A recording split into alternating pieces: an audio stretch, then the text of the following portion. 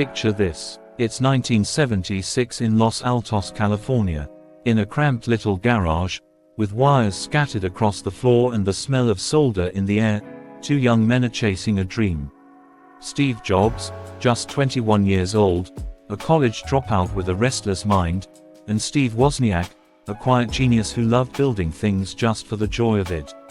They weren't rich, they weren't powerful, but they believed computers could be personal, something ordinary people could touch, use, and love. That's how Apple Computer Company was born. Their first product, the Apple I, was literally hand-built and sold to hobbyists. But soon, the Apple II arrived, and it exploded in popularity. Suddenly, the garage dream was a real company. By 1980, Apple went public, and Steve Jobs became a millionaire overnight. He was only 25. But success came with battles. By 1985, power struggles inside the company pushed Jobs out. Imagine pouring your soul into something, and then being told you're no longer needed. Jobs was devastated, but he didn't quit. He founded Next, a new computer company, and also bought a small animation studio, Pixar. That little studio went on to create Toy Story and reshape the film industry. Meanwhile, Apple without Jobs was crumbling. Sales were falling, the company was losing direction, and by 1997, it was on the edge of bankruptcy. That's when fate came calling. Apple bought Next, and with it, Jobs returned. Please like and subscribe to my YouTube channel. I will be creating more for you. He didn't just come back, he came back with fire. He cut down useless products, simplified the company's vision, and then unleashed a wave of innovation, the colorful iMac, the iPod, iTunes. But Jobs wasn't satisfied. He wanted something bigger, something that would combine music, the internet, and communication in one magical device. In January 2007, on a stage in San Francisco, he stood in front of a giant screen and said, "Today, Apple is going to reinvent the phone." The audience laughed nervously. A phone, Apple. But when he revealed the iPhone, the world gasped. A touchscreen phone with no physical keyboard, one device that could play music, browse the web, and make calls. It felt like science fiction come alive. Why did Jobs create it? Because he believed technology should feel natural, like an extension of your hand.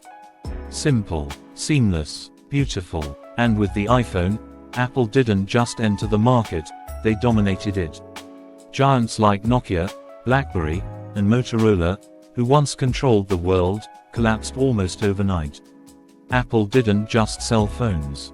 They sold dreams, status, identity.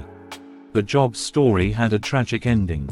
In 2011, after years of battling illness, he passed away at just 56.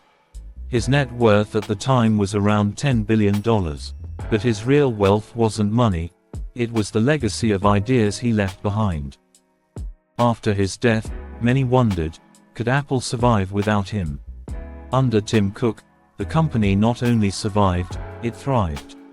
Apple became the first company to reach $1 trillion valuation, then $2 trillion, and today, in 2025, Apple is worth over $3 trillion, the most valuable company on earth. And the iPhone, it became more than a product.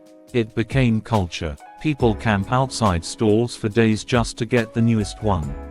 Each model set the bar higher. And now, we have the iPhone 17, a device that feels like the future in your pocket.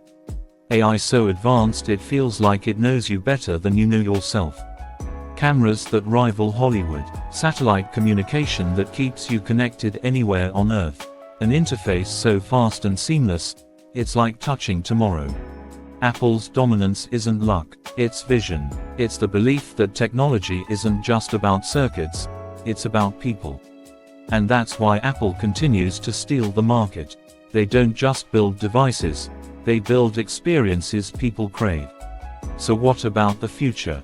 Analysts predict Apple could one day be worth $5, maybe even $10 trillion. Imagine that. A company that began in a dusty garage, with 2 kids chasing a crazy dream, becoming more valuable than most nations on Earth. The story of Apple is not just about computers or phones. It's about resilience, creativity, and daring to think differently. It's about falling, getting back up, and changing the world anyway. And the next time you pick up an iPhone, remember, you're not just holding a phone. You're holding the legacy of a dream that started in a garage, a dream that now connects billions of people across the globe.